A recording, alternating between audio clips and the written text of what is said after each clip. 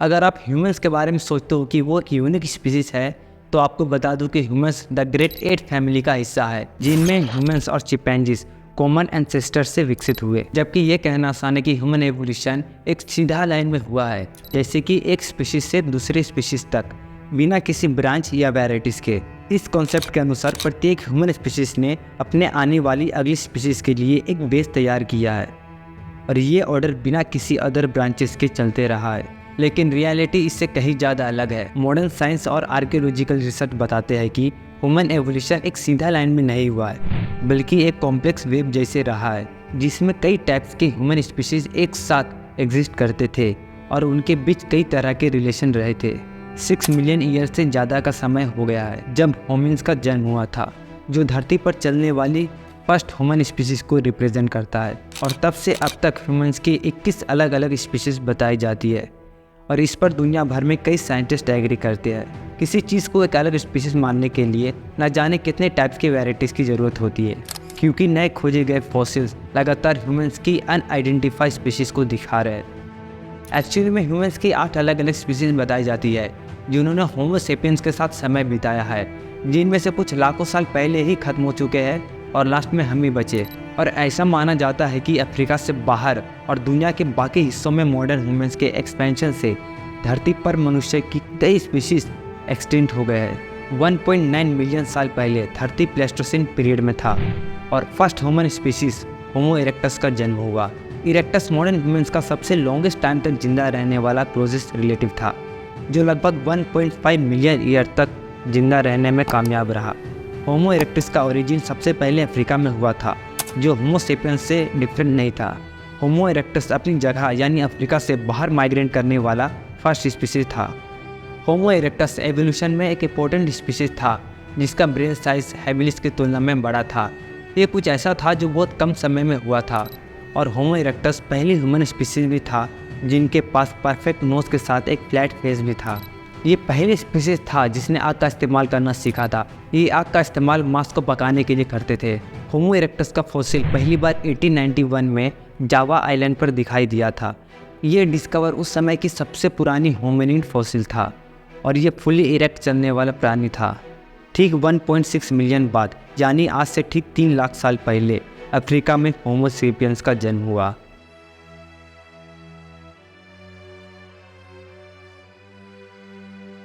इस वीडियो में हम ह्यूमंस की 4 अलग अलग स्पीशीज़ को देखेंगे, जो एक समय पर हमारे साथ रहते थे, और जिन में से कुछ के डीएनए आज तक ट्रांसफ़र हो रहे हैं।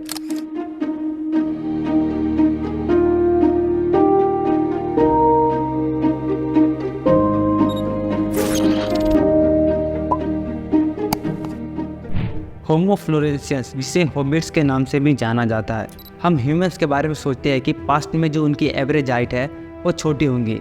ये बात सही है कि उनकी एवरेज हाइट जो थी वो 5 फीट से कम की थी, लेकिन जब बात छोटे ह्यूमन स्पीशीज़ की आती है तो कोई भी अदर ह्यूमन स्पीशीज़ हॉबिट्स की तुलना नहीं कर सकता, क्योंकि इस स्पीशीज़ की जो हाइट है वो 3.6 फीट है।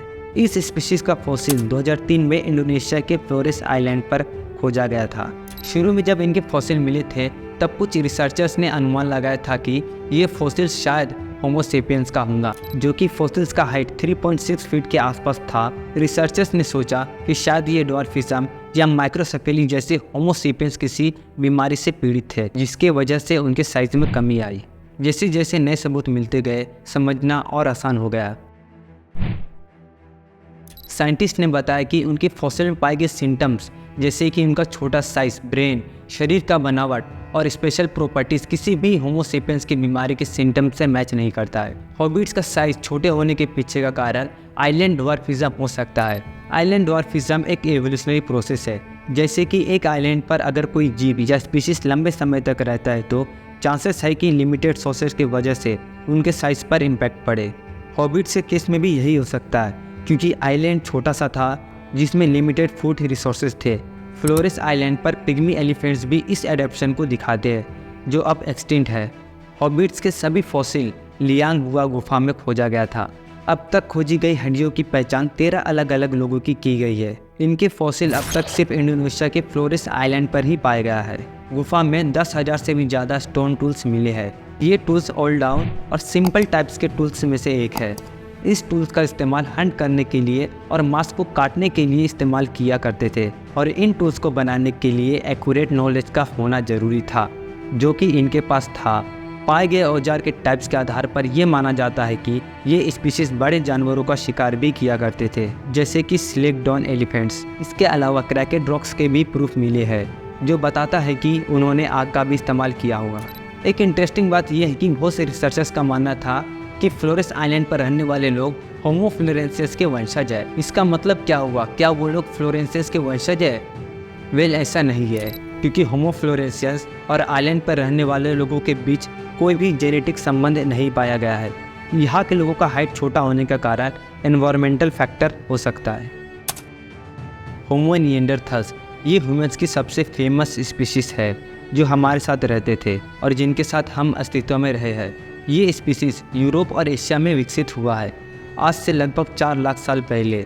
उनका फेस और नाक मॉडर्न ह्यूमंस के तुलना में ज़्यादा उभरे हुए थे और बड़े थे। उनका हाइट थोड़ा छोटा हुआ करता था। निएंडरथल्स के डीएनए से पता चला है कि हमारे पूर्वजों ने निएंडरथल्स के साथ एक पॉइंट ऑफ टाइम तक हाइब्रिड किया था। ये प्रोसेस यूरेशिया में हुआ था, जब होमो सेपियंस अफ्रीका से बाहर माइग्रेट करके निएंडरथल्स के साथ मिलने लगे थे। यूरोप और वेस्टर्न एशिया के लोगों के डीएनए में भी लगभग 1 से 2% निएंडरथल्स डीएनए पाया जाता है।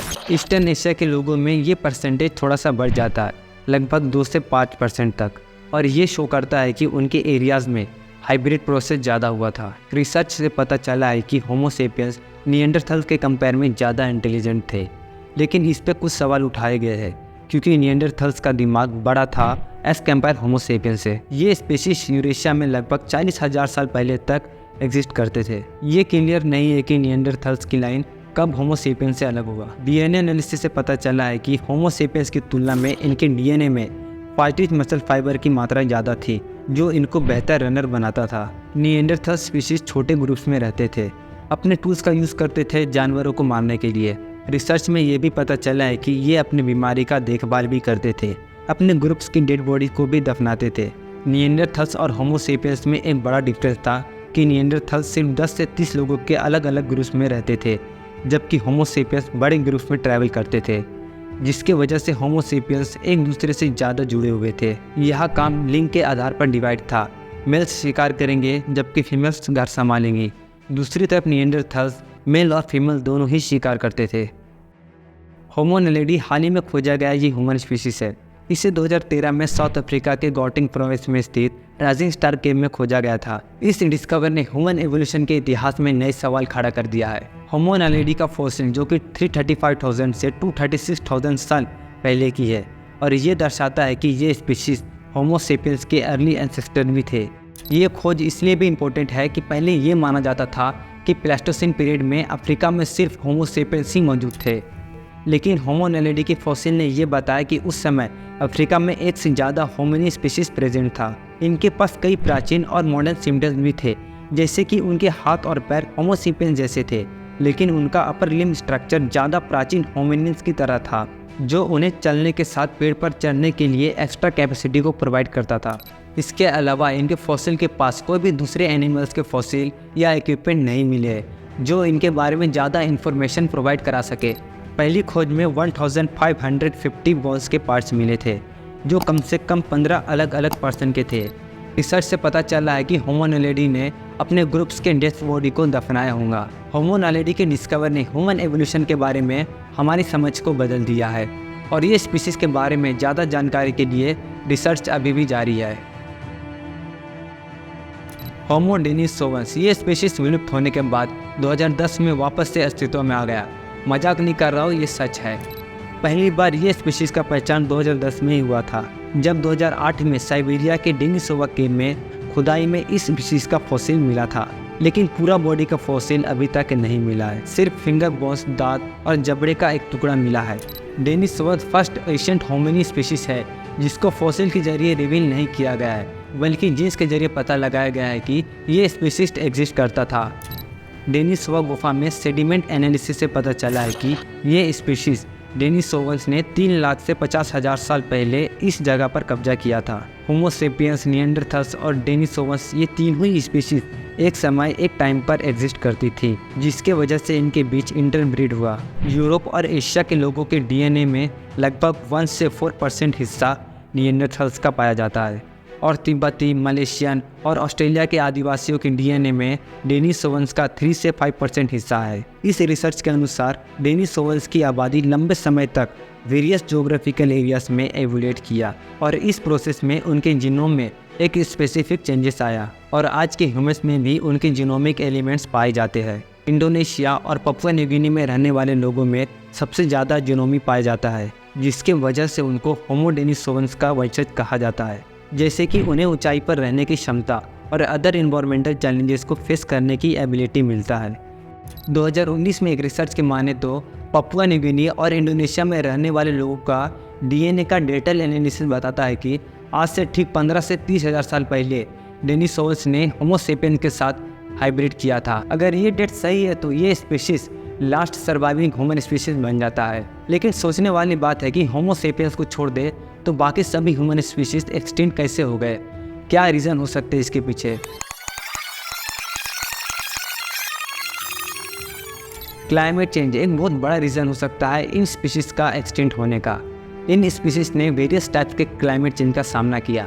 एंड द एंड वो इस चेंजेस को झेल नहीं सके और वो एक्सटिंक्ट हो गए। एक्सटिंक्ट होने के पीछे और एक कारण हो सकता है और वो रीज़न है हम होमो सेपियंस। जैसे जैसे ह्यूमन स्पीशीज़ का इवोल्यूशन हुआ उन्हें होमो सेपियंस के साथ कंपटीशन करना पड़ा और वो इसमें पीछे रह गए। ऐसा माना जाता है कि होमो सेपियंस का अफ्रीका से बाहर माइग्रेट होना और दुनिया के बाकी हिस्सों में एक्सपेंशन से अदर ह्यूमन स्पीशीज एक्सटिंक्ट हो गए क्योंकि उन्हें होमो सेपियंस से सामना करना पड़ा। अगर ये वीडियो आपको अच्छा और इन्फॉर्मेटिव लगा हो तो लाइक मार के चैनल को सब्सक्राइब कर दे। मिलते हैं नेक्स्ट वीडियो में। बहुत बहुत धन्यवाद।